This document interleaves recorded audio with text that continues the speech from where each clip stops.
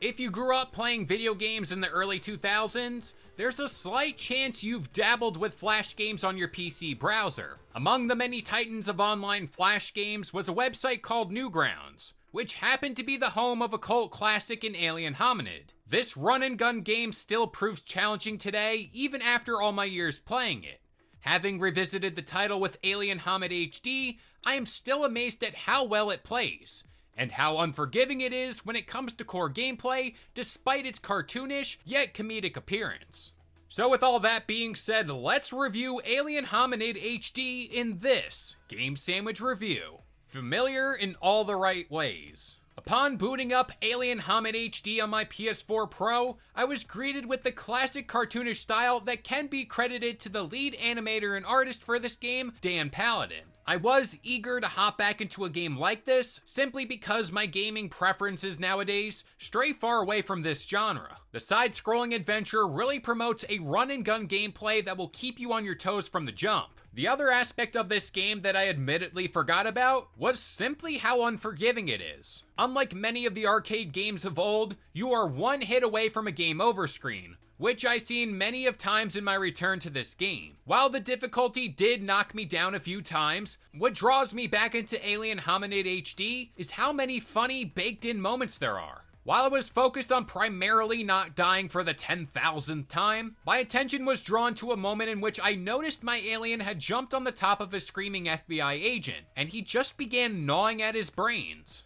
It is those smaller blink and you'll miss it moments that really add a layer of charm to the gameplay, and it's worth looking at the finer details. Another aspect of Alien Hominid HD that stands out is the various offerings for power-ups and weapons. While at face value you are equipped with a standard blaster, close-range melee attacks, and a handful of grenades, your little yellow friend is capable of much more destruction. There are more advanced moves available to the player, such as rolls, shields, and unique ammo sets, and I forgot to mention the ability to ride a Yeti or UFO. It is this wide variety of weapons and power-ups that prove most useful, especially when encountering the wide range of bosses that range from simple ones like battle-ready robots to the even more over-the-top ones like a giant pudding monster. Now, I do think there's a lot to be said as far as how much content is available in Alien Hominid HD. While the core campaign is short, there's a ton more to unpack outside of it. This can be seen in the various offerings through multiplayer modes, PDA virtual console minigames, and the Pinata Fiesta mode. The latter mode specifically stood out to me in how it places you in a precarious balancing act. And this is all while you try to knock a roaming pinata and collect all the candy, all while avoiding the boss enemies that lurk below. And this is especially where I think the game shines its brightest, in how it blends the usual aspects of run and gun with a challenging arcade offering. A little too unforgiving.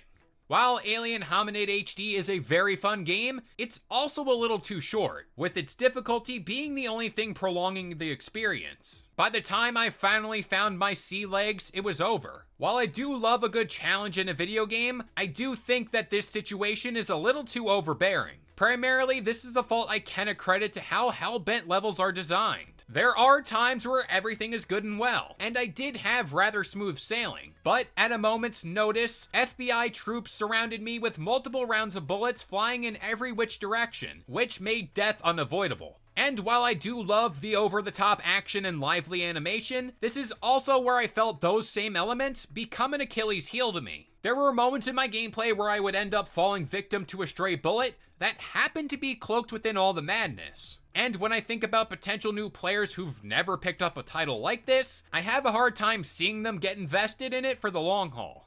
The final verdict. With its charming hand-drawn animations and snappy yet demanding gameplay, Alien Hominid HD is a game that stood the test of time.